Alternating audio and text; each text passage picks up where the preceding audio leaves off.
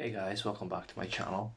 Today I thought I'd do a different sort of video than what I've done previously. Today I actually want to talk about the subject of nostalgia. And I'd say for a lot of people, myself included, over the past couple of weeks, um, the idea and topic of nostalgia is something that's probably been at the forefront of a lot of our minds. And obviously, that's going to be the case considering the fact that our lives have been very much physically restricted um, as a result of the lockdown imposed as a result of the coronavirus pandemic.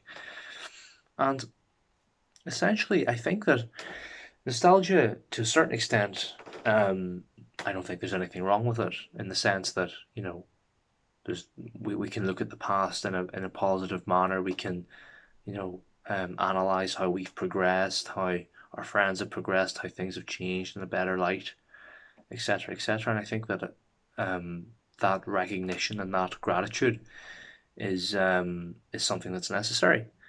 However, I think there are ways in which nostalgia can also be a negative thing, and the reason I think that is we can nearly become stuck in this position where we're constantly looking at the past, and we're never actually present and enjoying the present moment that we have.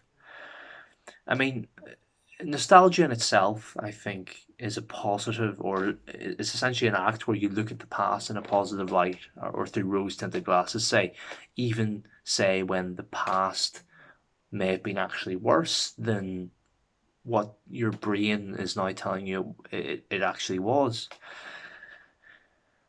And I think that this trick that we play on ourselves can certainly be detrimental for that reason that I've just mentioned. And I think the best way to kind of work against that and to find a way to deal with that is to, whilst we're living in each moment day by day, is to stay present and is to be fully grateful for that moment and is to fully act in that moment, um, and leave nothing to chance. And I think that whenever we do that, say in 5 years' time, in 10 years' time, or even in 2 weeks' time, when we look back at that moment where, say, we did act as we should have, while things may have changed for the worse, for the better in the interim period, we'll still be able to say to ourselves, okay, it's not great, but at the same time, I acted in the best way that I could. And now I want to take that and apply that to every moment in life where I'm going out and acting in the world. So I think there's that. And secondly, I think um, another way to deal with that issue of nostalgia is to actually accept that there are things that are beyond our physical control and our mental control and any other form of control, as limited human beings. And I think that the sooner that we try our best to accept that, the more we are willing and capable to be able to essentially accept our position in the world, accept how things are, and recognize that nothing ever stays the same, that things change all the time, and it's a natural part of the evolution of life.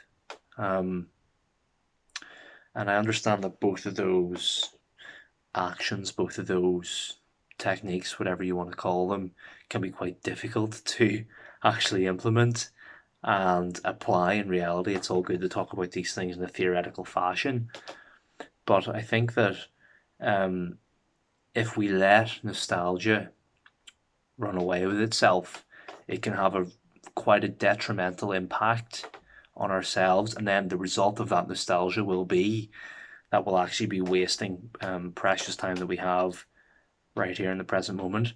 Um, and I think that essentially the topic of nostalgia as well, it can actually play into grander issues in society. And for example, I mean, some people may vote for different political parties because they may say that they're going to usher in remnants of the past that have long gone and have long changed. and that some of us and that some of us may be longing for a return to that. So I think that